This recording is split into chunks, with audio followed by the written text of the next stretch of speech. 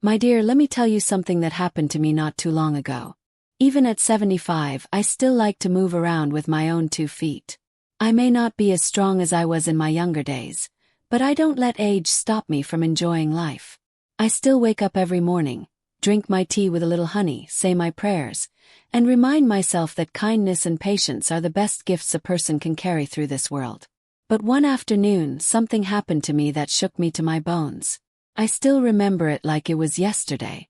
I went into a big store. Oh, the kind of store that has almost everything you can think of. You know, the kind where the air is cool, the shelves are high, and the carts roll smoothly across the shiny floor. I walked in with a list in my hand, humming a little tune, ready to buy just what I needed. Or at least that was the plan. Before I knew it, I had filled the whole cart. Fruits, vegetables, a nice warm blanket I didn't even plan to buy. And even a pack of cookies I promised myself I wouldn't touch because the doctor said too much sugar is no good for me. I picked out milk, bread, some lotion, and a gift for my neighbor's little girl who had just turned 7. I felt happy, walking slowly through the aisles, greeting people and smiling at the babies in their strollers. Life felt light, and I told myself, this is why we must always thank God for simple joys. But when I got to the cashier and the young lady started scanning everything, I reached into my purse to pull out my ATM card. And guess what? My hand kept going into the bag, searching left and right, but the card was nowhere to be found. I checked again and again, first calmly, then with my heart racing faster. I opened every pocket of my purse, pulled out tissues, glasses case, even an old receipt from last week, but my ATM card was not there. At that very moment, I felt like the ground was shaking under my feet. The cashier looked at me kindly. The people behind me grew restless, and I could feel sweat gathering on my forehead even though the store was cold.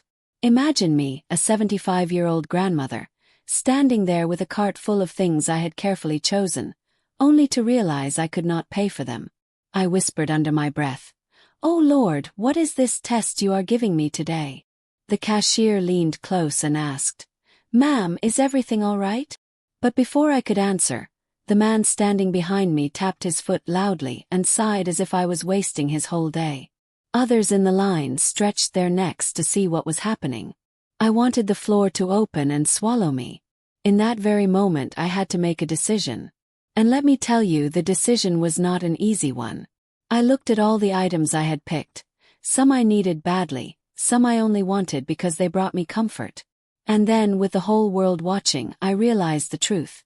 Without my ATM card, I had no choice but to return everything I had picked. Yes, my child, I had to tell the young cashier to take back every single item. One after another, she removed them from the bags, placed them aside, and the beeping sound of the machine grew louder in my ears, as if mocking me. My chest was tight, and my eyes burned with unshed tears, but I stood tall. I remembered the lessons I had always taught my children and grandchildren, that sometimes life will humble you, and in those moments, you must not lose your dignity. But as I stood there, gathering my empty purse and trying to keep a brave smile, something happened. Something I did not expect at all. And that, my dear, is where the story begins. Now before I continue, let me slow down and introduce myself properly. My name is Margaret, but most people just call me Grandma Maggie. Where are you watching from? I know some of you may be watching from New York, maybe from Texas, maybe from California, or even small towns where everybody knows everybody. I'd love to know, because stories like this are best shared around, from heart to heart, no matter where you live. I grew up in a time when neighbors borrowed sugar from each other without shame, when children played in the streets until the lights came on, and when respect was not demanded but given freely. Maybe that's why even today, when I walk into a store, I still greet the workers and smile at strangers. I believe kindness is like a seed. Plant it, and you may never know when it will grow and return to you. That day at the store, I had gone in thinking only about groceries. But God had another plan, one that would remind me how fragile life can be and how important it is to never judge others by what you see. Now let me tell you about the people involved in this story. The cashier's name was Jenny, a young girl with brown hair tied up in a ponytail. She couldn't have been more than 20. Her eyes were soft and her voice gentle, the kind of girl who reminded me of my granddaughter, Emily. Behind me was a tall man named Robert, though I didn't know his name then. I only knew his heavy size and the way he drummed his fingers on his cart as if every second of delay was a burden to him. There was also a young mother with 2 little boys in the line behind Robert. The children were restless, tugging at her dress, asking for candy. Each of these people, though strangers to me at that moment, became part of my story that day. Because sometimes life doesn't just involve you alone. It involves everyone around you too. As I walked away from the cashier's counter, my heart heavy, I pushed my empty cart back toward the entrance. People stared, whispering to one another, but I kept my head high. My mind was spinning, thinking of all the things I had to buy and how I would have to start again. And just when I thought the embarrassment could not get any worse, I heard someone call out to me. "Excuse me, ma'am." I turned around slowly, my heart jumping into my throat. Who could it be? What could they possibly want from me after all that humiliation? That, my dear, was when something happened that changed everything. When I turned around, I saw the young cashier, Jenny, hurrying toward me. Her ponytail swung from side to side, and her cheeks were red, like she had rushed against her own nerves to reach me. For a moment, I thought maybe she had found my ATM card somewhere near the counter, and my heart leapt with hope. But instead of holding up a card, she pressed her hand gently against my arm and whispered, "Ma'am, don't feel bad. These things happen to everybody. I've seen people forget their wallets, their purses, even their kids." She chuckled nervously, then grew serious again. "If you'd like, I can hold your groceries aside for a while. Maybe you'll find your card in your car." Now that sounded like kindness to me, and my heart softened a little. I smiled at her, even though I still felt the sting of shame in my chest. "Thank you, my dear," I told her. "You remind me of my granddaughter. Always quick to help." But as she walked back to her station, I noticed the tall man behind me, Robert. He was glaring at me like I had ruined his whole day. His arms were crossed and his lips were pressed tight. I wanted to tell him, "Young man, patience will save you from many regrets in life," but I held my tongue. At 75, I've learned that sometimes silence speaks louder than words. I walked out of the store slowly, almost dragging my feet. The automatic doors opened, and the warm afternoon air wrapped around me, reminding me that the world outside was still moving, even though my own world felt stuck. I made my way to my car, an old Toyota Camry that had carried me faithfully for years. When I opened my purse again and searched under the seat, the glove box, even the tiny compartment where I keep loose change, I still couldn't find my ATM card. My heart sank deeper. I thought about calling my daughter Linda, but she was at work, and I didn't want to trouble her. I thought about my neighbor Mr. Johnson, but he was too old himself to come rushing around. So I sat in the car for a long time, staring at my empty hands. That was when I began to talk to myself the way old folks sometimes do. "Maggie," I said, "this is one of those days when life wants to see if you still have courage. And you know what? I decided I would not let embarrassment defeat me. If I had to go back inside and return those groceries one by one with dignity, then that's what I would do." I took a deep breath, adjusted my scarf, and got out of the car again. As I walked back toward the store, I noticed a little boy standing near the entrance with his mother. He had dropped his ice cream, and it was melting on the pavement. He looked so sad, his big brown eyes filling with tears.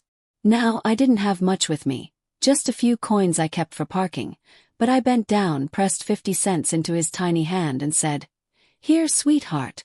Go get yourself another scoop." The boy's face lit up like sunshine after rain, and his mother gave me a grateful smile. That moment reminded me why kindness matters.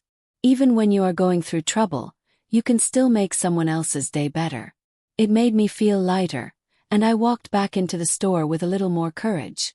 But just as I reached the counter again, something happened that I never could have expected. The tall man, Robert, was standing there talking to Jenny, the cashier. His voice was low, but his words carried enough weight to freeze me in my steps. "I saw that old woman drop something when she was at the register," he said. "It slid under the counter. I think it might have been her card." My breath caught in my chest. Could it be true? Had my card been right there all along? Jenny bent down quickly, checking under the counter, while Robert shifted uncomfortably, his eyes darting toward me. For a moment, I wondered if he was telling the truth or if he was trying to cover up something else. And then Jenny stood up, holding something small and shiny in her hand. My heart pounded so loudly I could hear it in my ears. Was it really my ATM card? Or had something else happened? Jenny lifted her hand, and the bright store lights caught on the shiny little rectangle she was holding. For a split second I was sure it was my missing ATM card. My chest swelled with relief. But when she placed it on the counter, my hope came crashing down. It wasn't my card at all. It was a gift card, one of those small plastic ones that people buy for birthdays or holidays. The kind that sits near the checkout in neat rows. Jenny frowned. "Oh, I thought maybe this was it," she said softly. "Sorry, ma'am." She set it aside, and I felt the weight of disappointment press heavily against me again. Robert cleared his throat and muttered, "Well, I thought I saw something. Must have been wrong." His eyes didn't meet mine. I couldn't tell if he was embarrassed, annoyed, or just pretending. I wanted to ask him why he had even spoken up in the first place. But instead, I straightened my shoulders and forced a smile. "It's all right," I said. "Sometimes our eyes play tricks on us." Jenny looked at me with pity, but I quickly added, "Don't worry, dear. Life doesn't always go as planned. We just have to keep moving forward." That was my way of saving my dignity because inside I was crumbling. To distract myself, I picked up a basket instead of a cart and decided to grab just a few small items I truly needed. Milk, bread, and some tea bags. Nothing else. This time I would pay in cash, with the few bills I kept tucked away for emergencies. As I walked through the aisles, I could feel people looking at me. Maybe it was only my imagination, but I thought I heard whispers too. "That's the lady who couldn't pay." My cheeks burned, but I kept walking. At 75, you learn that people will talk no matter what, so you must decide whether to let their words break you or build you. When I reached the back of the store to pick up the milk, I saw something that softened my heart again. An elderly man, older than me by the look of him, was struggling to reach a box of cereal on the top shelf. His hands trembled as he stretched, and the box wobbled dangerously close to falling. Without thinking twice, I stepped closer and said, "Here, let me help you." I reached up and grabbed the cereal, handing it to him with a smile. His eyes sparkled and he chuckled. "Thank you, young lady," he said. I laughed at that. Young lady. Oh, you must need glasses. But the old man shook his head. "No, I meant it. You have the spirit of a young lady. The world needs more people like you." Those words warmed me more than I can explain. Even in the middle of my own trouble, I had managed to brighten someone else's moment. I carried that little blessing with me as I walked back to the counter. Jenny gave me a gentle smile as she rang up my smaller basket. I handed her the cash, and for the first time that day, I felt a tiny bit of control return to me. But just as she handed me the receipt, a loud commotion broke out near the entrance of the store. People gasped, and I turned quickly to see what was happening. There at the front door stood a security guard holding up a wallet. His voice boomed through the store. "Excuse me. Did anyone lose this wallet? It was found near the parking lot." The room grew still, all eyes turning toward him. My heart leapt into my throat, because I knew deep down that wallet looked exactly like mine. But the question was my missing ATM card still inside it? Or had someone already taken it? The security guard's voice echoed across the aisles. Shoppers froze, some craning their necks, others whispering. My hands trembled as I clutched my small paper bag of milk, bread, and tea. That wallet, it looked just like mine. I took a deep breath and began walking toward him, each step heavy as though my shoes were filled with stones. The world seemed to move in slow motion. My heart thumped so hard I thought everyone in the store could hear it. "Sir," I said softly when I reached him, "may I see that wallet? I think it might be mine." He looked me up and down, then handed it over with a serious face. My fingers shook as I flipped it open. And yes, it was mine. The worn leather, the faded photograph of my late husband tucked inside, the little note my granddaughter Emily had scribbled years ago that I always kept with me. My knees nearly buckled with relief. But there was only one question burning in my mind. I opened the card slot quickly and froze. The space where my ATM card should have been was empty. I swallowed hard, blinking back tears. The cash was still there, a few bills untouched, but the card was gone. Stolen, perhaps. My stomach tightened with dread. "Is everything all right, ma'am?" the guard asked. I forced a shaky smile. Yes, thank you. This is mine." But inside I was far from all right. Losing that card wasn't just about money. It was my independence, my ability to manage my own life without troubling anyone else. At 75, you cling to the little freedoms you still have. I tucked the wallet into my purse and walked slowly back toward the exit, my thoughts swirling like storm clouds. Should I call the bank immediately? Should I go home first and think clearly? On my way out, I passed Jenny again. She gave me a small nod as if saying, "I'm glad you found it." I wanted to hug that girl, but instead I whispered, "Thank you for being kind to me today." "Of course, ma'am," she said softly. "I hope everything works out." That small exchange calmed my heart a little. By the time I stepped outside, the sun had begun to dip lower in the sky, painting everything golden. For a moment, the beauty of it caught my breath. The world outside looked so peaceful, while inside me a storm was brewing. I walked to my car slowly, unlocked the door and sat behind the wheel. I laid my forehead against the steering wheel and whispered a prayer. "Lord, give me strength. Let me handle this with wisdom." After a few minutes, I decided to drive home. It was the safest place to think. I would call the bank, cancel the card, and deal with the trouble that might come. But just as I started the engine, I noticed movement in the corner of my eye. A figure was standing 2 rows away in the parking lot. A man, tall, broad-shouldered, with a baseball cap pulled low over his face. He was holding something in his hand, glancing around nervously. And then I saw it. The object in his hand gleamed under the sun. It was a card. Not just any card. I knew that color, that bank logo. It looked exactly like my missing ATM card. My breath caught, my hands gripping the steering wheel so tightly that my knuckles turned white. Who was this man? And what was he doing with my card? My whole body stiffened as I stared at the man. He was leaning against a pickup truck, his cap tilted low, his eyes darting left and right like a thief afraid of being caught. My heart pounded so loud I could hear it over the hum of my car engine. In his hand, glinting under the sinking sun, was a card that looked exactly like mine. For a moment I froze. Should I step out and confront him?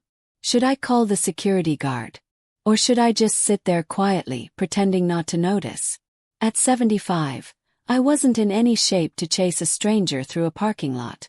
But the thought of letting my independence slip through my fingers burned me from the inside. I whispered to myself, "Maggie, you've faced harder storms than this. Don't let fear win." Gathering courage, I opened my car door and stepped out. My knees trembled a little, but I lifted my chin high and walked toward him. "Excuse me, young man," I called, my voice steady though my heart quaked. "What's that you have in your hand?" The man jerked, startled.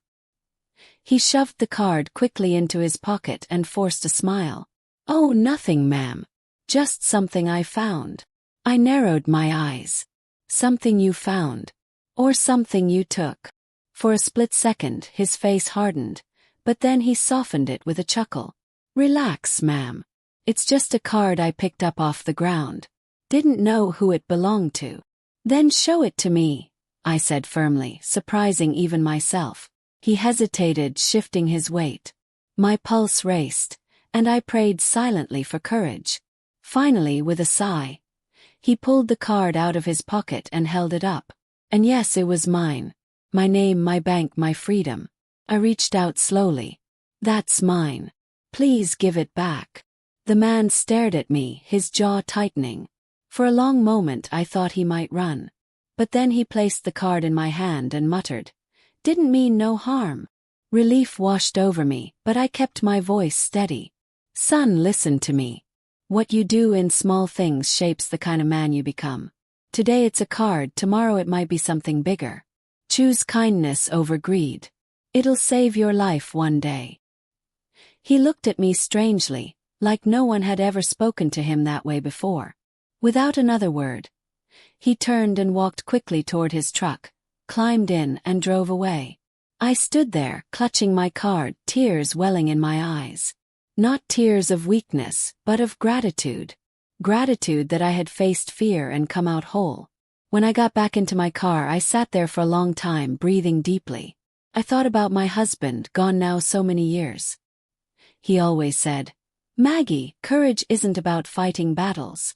It's about standing tall when life tries to shrink you." I felt him with me in that moment. Finally, I smiled through my tears, started the car, and drove toward home. The road stretched before me, lined with trees whose leaves danced gently in the evening breeze. For the first time all day I felt peace. But that peace didn't last long. When I pulled into my driveway, I noticed something odd. The front gate, which I always locked before leaving, was slightly open. My stomach tightened. Slowly, I parked the car and stepped out, clutching my purse tightly. As I approached the porch, I froze. The front door to my house was wide open. My breath caught as I stood frozen at the edge of the porch. The evening breeze pushed the door slightly back and forth, creaking in a way that made my skin crawl. I knew I had locked it before leaving. I always did. At 75, you don't forget habits like that. Slowly, I stepped closer, my shoes crunching softly on the gravel path. My heart pounded in my ears, and for the first time that day, fear gripped me like a cold hand. I whispered, "Lord, give me courage," then placed my wrinkled hand against the door and pushed it open wider. The living room came into view. Everything looked normal at first glance. The old armchair where I sit to knit, the family photos lining the walls, the vase of flowers my neighbor had brought me last week.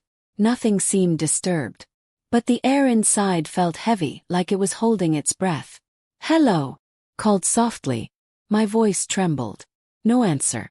Only silence. Step by step, I entered, my eyes darting around. I set my purse on the table and picked up the wooden cane I kept near the door. Not that it would do much against an intruder, but it gave me courage. I moved through the house slowly, checking each room. The kitchen was in order. The dining table was just as I left it. Even my knitting basket beside the couch was untouched. For a moment I thought maybe I was just being paranoid. Maybe I had truly forgotten to lock the door. That thought calmed me a little. I set the cane back down and went into the kitchen to put the milk in the fridge. As I set the bread on the counter, I reminded myself that sometimes age plays tricks on the memory. "Maggie," I chuckled softly, "you're strong, but even strong women forget things." I made myself a cup of tea, letting the steam warm my face. Slowly, the tension began to leave my body. I sat down at the table, sipped the tea, and thought about calling the bank to report my card, even though I had it back. Better safe than sorry. Just as I reached for the phone, I heard it creak. Not from the door this time, but from upstairs. The sound of a floorboard shifting under someone's weight. I froze, my teacup trembling in my hand. My heart, which had just begun to calm, thundered once again. I wasn't alone in the house. Someone was upstairs. The sound from upstairs echoed in my bones. My fingers tightened around the teacup until I feared it might shatter, so I carefully set it down on the saucer. My breathing grew shallow. At 75, I may not be as quick on my feet, but my instincts are still sharp, and right then every nerve in my body told me, someone is in your house. I reached slowly for the cane I had leaned near the table. My hands trembled, but I steadied them, whispering, "Maggie, you've raised 3 children, survived harder days, buried the love of your life, and you're still standing. You are not about to let fear win now." Step by step, I moved toward the staircase. The house seemed unnaturally quiet, as if even the walls were holding their breath. I placed one foot on the bottom step, the wood creaking beneath me, and I froze again. "Hello," I called out, my voice wavering but firm. Whoever you are, this is my home. Come down now. Silence. I gripped the cane tighter and climbed the first few steps, my ears straining. Then I heard it again. A faint shuffle, like someone moving across the hallway carpet upstairs. Every memory of break-ins and robberies I had ever heard from neighbors flooded my mind. My heart pounded against my ribs so loudly I thought it might give me away. But then, another thought calmed me for a moment. What if it wasn't a stranger? What if it was one of my grandchildren, maybe Emily or Jacob, surprising me with an unexpected visit? They had keys after all. Maybe I had just forgotten they mentioned coming by. That small hope steadied me. I climbed higher, pausing halfway to listen. The hallway above seemed cloaked in shadows, the evening light barely reaching through the upstairs windows. When I finally reached the top, I gripped the railing tightly and whispered, "Lord, give me wisdom." I walked down the hallway, passing the first bedroom. The second bedroom, also empty. My hope grew that perhaps it really was just my imagination. Maybe the old wood of this house was groaning in the cool evening air. I took a deep breath, let out a small laugh at myself and whispered, "See, Maggie? Nothing to fear." I turned the corner toward the last room, my late husband's study, a room I rarely entered. The door was slightly ajar, something I knew I hadn't left that way. My heart began to race again. I reached out, slowly pushing the door open with the tip of my cane. The room was dark, the curtains half drawn, shadows stretching across the floor. And then I saw it. A figure was sitting in the chair by the desk. Motionless, silent, watching me. My throat went dry, and the cane nearly slipped from my grasp. "Who's there?" I whispered, my voice trembling. The figure leaned forward slowly, and in the dim light, I caught a glimpse of their face. It wasn't a stranger. It was someone I knew. My breath caught in my throat as the figure leaned forward, and the shadows gave way to the dim glow of the desk lamp. My eyes widened, and my heart nearly stopped. "Linda," I whispered. It was my daughter. My own Linda, sitting there in her father's old chair. Her eyes red as if she had been crying. "Mom," she said softly, her voice breaking. I felt my knees weaken with relief and confusion all at once. "Linda, what on earth are you doing here? You nearly scared me to death," I thought. My voice shook as I pressed a hand against my chest. "I thought it was an intruder." She rose slowly, her shoulders slumped, her hands trembling. "I'm sorry, Mom. I didn't mean to frighten you. I just didn't know where else to go." I set the cane against the wall and hurried forward, wrapping my arms around her. Even at 75, I could still hold my child tight. She buried her face against my shoulder, sobbing like the little girl she used to be. "Hush now, baby," I murmured, rocking her gently the way I once did when she scraped her knees as a child. "You're safe here. But tell me, why are you here like this? And why didn't you call first?" She pulled back, wiping her eyes. "Mom, everything's falling apart. I didn't want to burden you, but I didn't know where else to turn. My job, my bills. Everything's collapsing."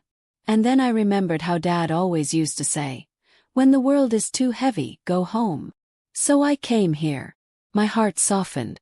In that moment, all the fear I had carried about the missing card, the store, the man in the parking lot, it melted away. What mattered most was my child, standing in front of me, broken and needing her mother.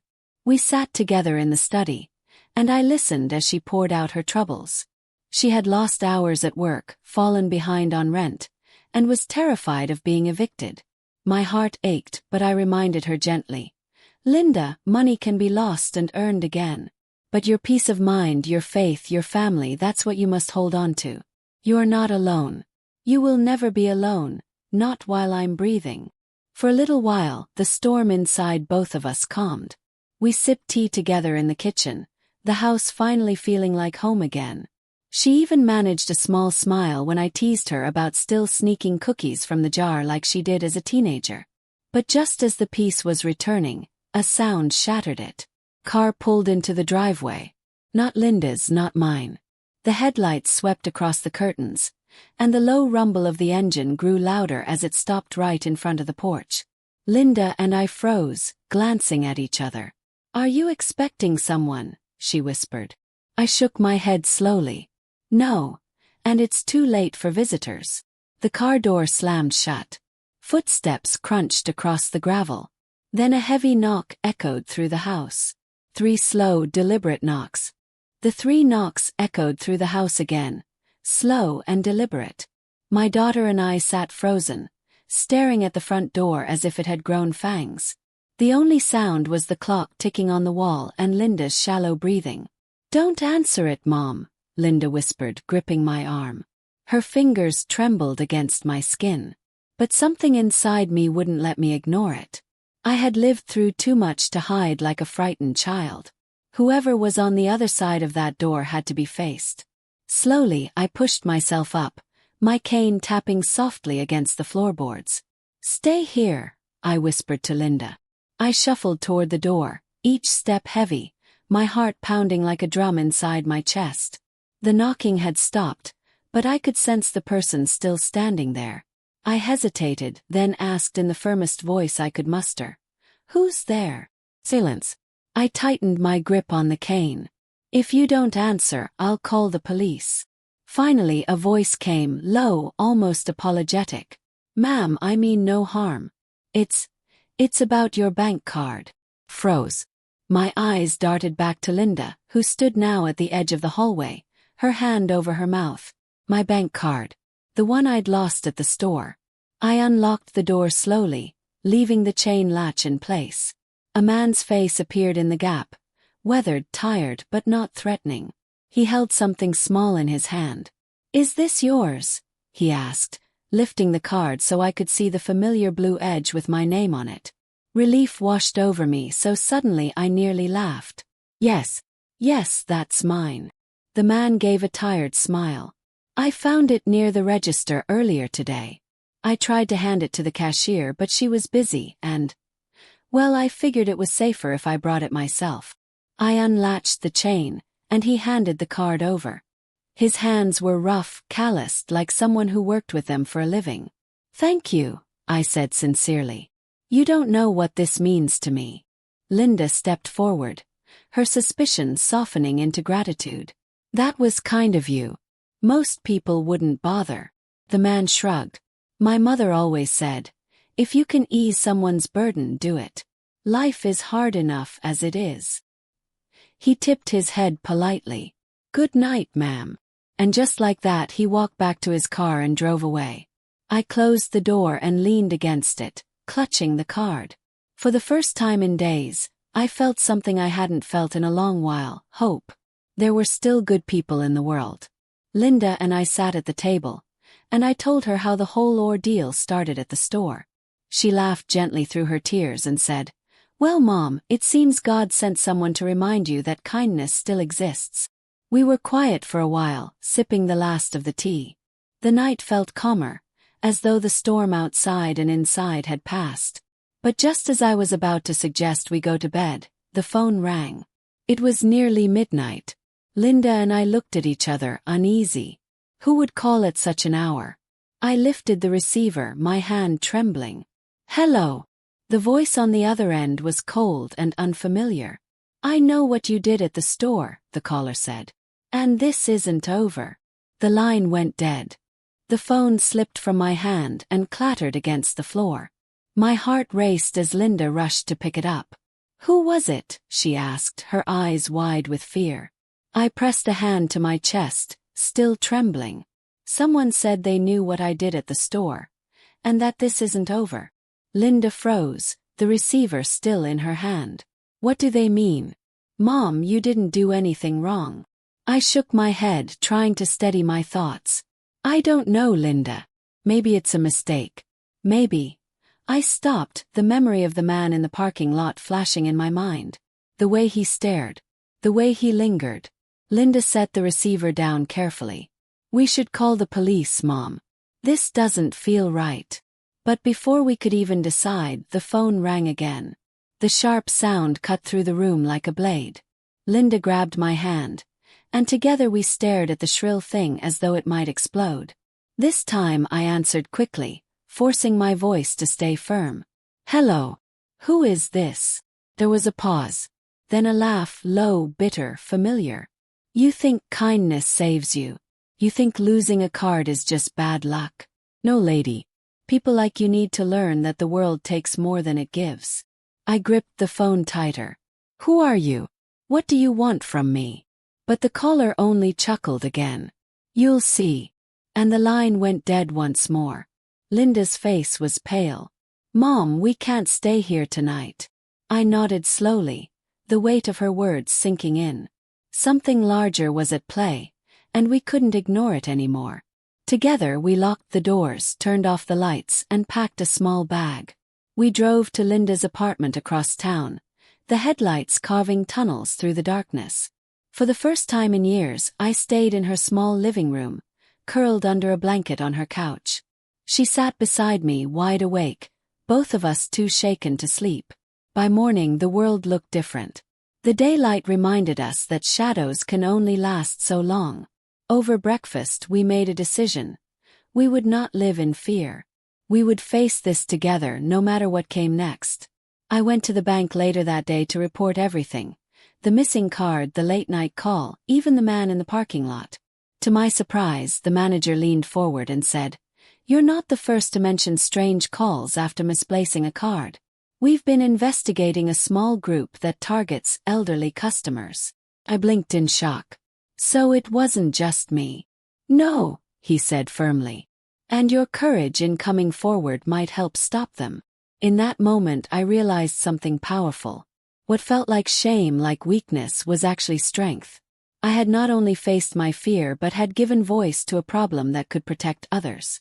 That night Linda hugged me tightly. Mom, you're stronger than I'll ever be. I laughed softly, brushing her hair back like I used to when she was little. No, baby. I'm only strong because I know I'm not alone. Life will always give us shadows, but it also gives us people who care, who remind us of the light. The phone never rang again after that. Whoever was behind the threats must have realized they couldn't scare us into silence.